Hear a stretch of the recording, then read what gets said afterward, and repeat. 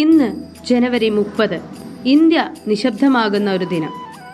സത്യവും അഹിംസയും ആയുധമാക്കി ഒരു മനുഷ്യൻ ലോകത്തെ തന്നെ മാറ്റിയ ചരിത്രത്തിന് അവസാനം കുറിച്ച നാൾ.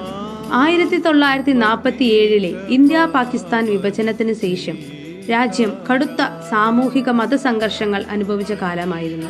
ഈ കലാപങ്ങൾ അവസാനിപ്പിക്കാൻ ഗാന്ധിജി നിരന്തരം സമാധാന സന്ദേശങ്ങളും ഉപവാസങ്ങളും നടത്തി. എന്നാൽ ചില തീവ്രവാദ ചിന്താഗതിക്കാർ ഗാന്ധിജിയുടെ അഹിംസാ നിലപാടുകളും മതസൗഹാർദ്ദത്തിനായുള്ള ശ്രമങ്ങളും ഇന്ത്യയുടെ താൽപര്യങ്ങൾക്ക് വിരുദ്ധമാണെന്ന് തെറ്റായി വിശ്വസിച്ചു.